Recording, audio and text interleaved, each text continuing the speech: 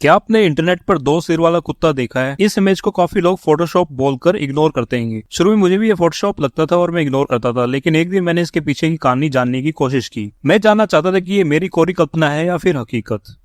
मैंने थोड़ा रिसर्च किया और पाया कि ऐसे एक्सपेरिमेंट सोवियत रशिया में कोल्ड वॉर के दौरान किए गए थे और इस दो सिर वाले कुत्ते का अंजाम एक सोवियत साइंटिस्ट ने दिया था, जिसका नाम डॉक्टर व्लादिमीर देमिकोव था, जिन्हें father of heart and lung transplant कहा गया।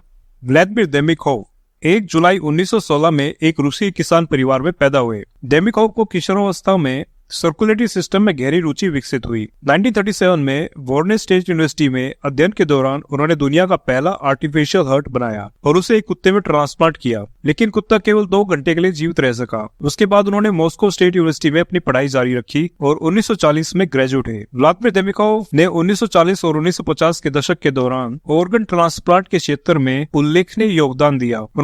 उन्होंने ग्राउंड ब्रेकिंग रिसर्च किए, जिनमें जानवरों में हार्ट ट्रांसप्लांट, जानवरों में हेड एंड लंग ट्रांसप्लांट और यहाँ तक कि कुत्ते के हेड ट्रांसप्लांट भी शामिल थे, जिससे 2 सिर वाले कुत्ते पैदा हुए। उनके काम ने डॉक्टर रॉबर्ट वाइट को भी प्रेरित किया, जिन्होंने बाद में बंदरों में हेड ट्रांसप्लांट किया। उनकी कहानी अलग वीडियो में बताऊंगा मैं। आइए अब चलते हैं इनके 2 हेडेड डॉग एक्सपेरिमेंट पर।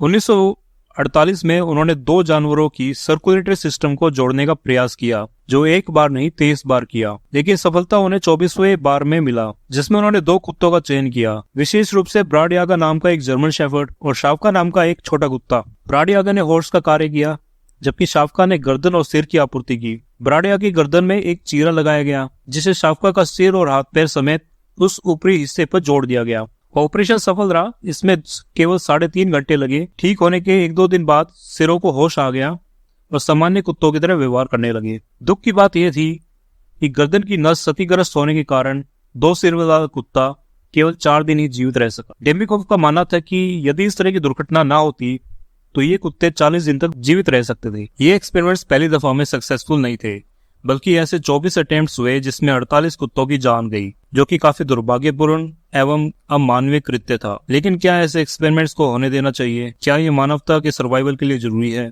आपका क्या मानना है? कमेंट करके जरूर बताएं।